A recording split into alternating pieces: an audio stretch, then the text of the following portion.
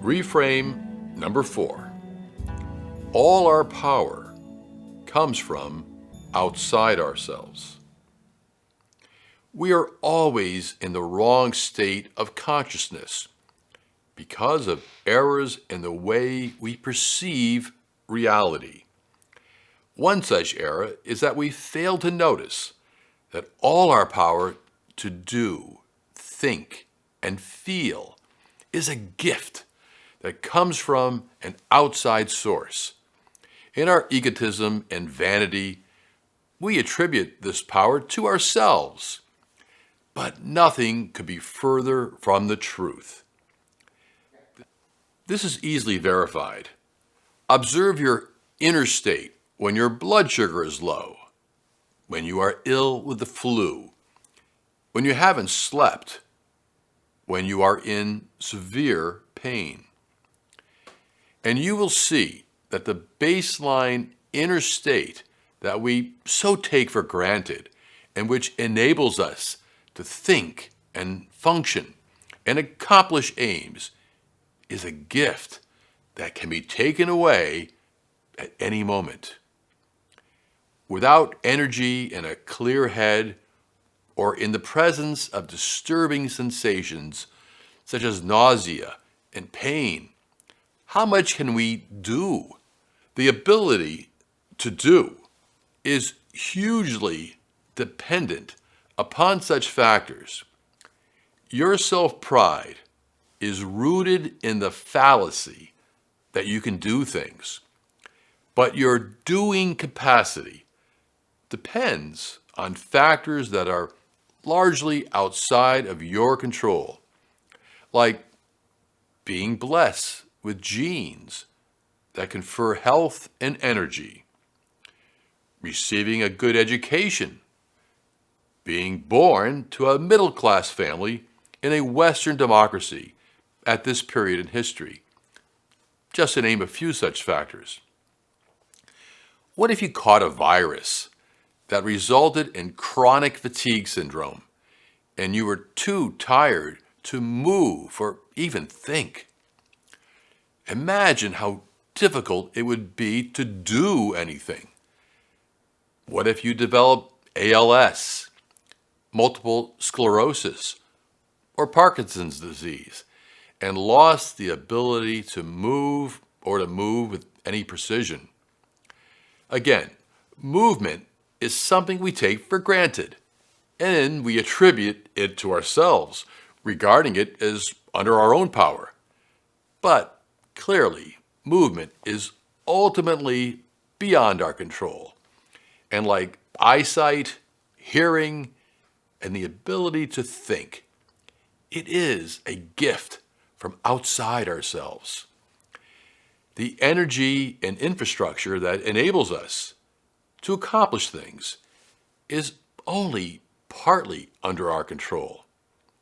So don't act and think that your abilities flow completely from you and that you are self-generating and should receive credit for something beyond your full control.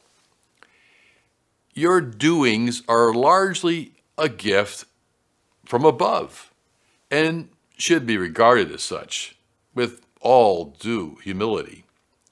Seen from this perspective, pride in ourselves is a sin of misperception and is really a form of theft, in that we are taking credit for something which fundamentally came from forces beyond our control.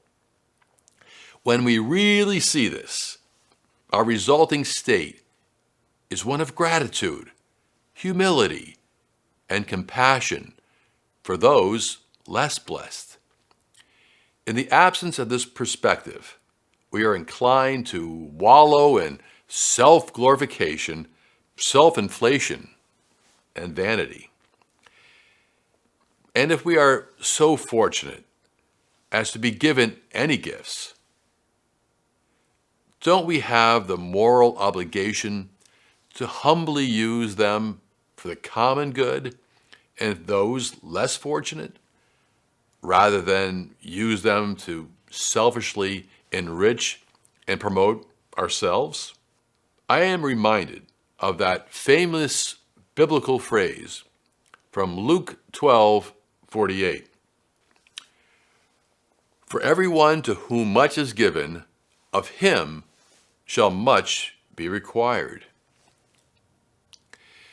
So our attitude should not be that we are so incredible and better than everyone else, but rather to be concerned that we are not fully actualizing our God-given potential to help others less fortunate than ourselves.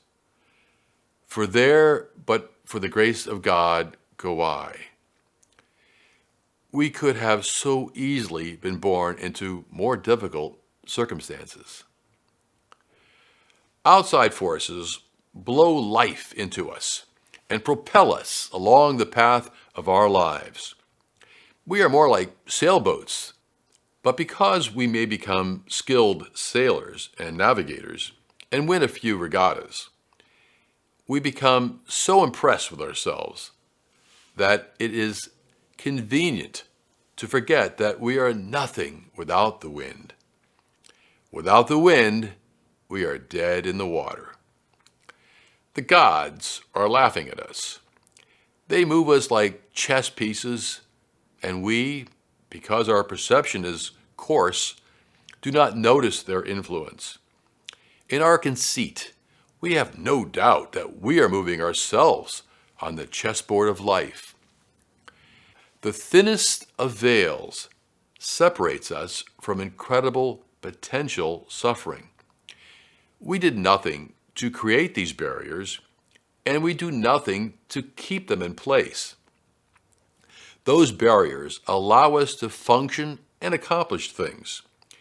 They keep pain and depression and infections at bay and allow us to process food and create energy without any effort on our part.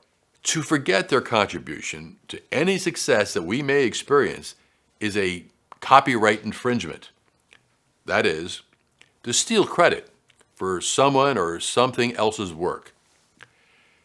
This is the inner meaning of the Eighth Commandment, thou shalt not steal. This is why an inner state colored by vanity, pride, and egotism is so wrong and is a misperception of reality. The enlightened individual, on the other hand, is characterized by humility, altruism, and gratitude because he or she senses the grace that flows from above into our lives. That perception reframes egotism and vanity in a whole new light.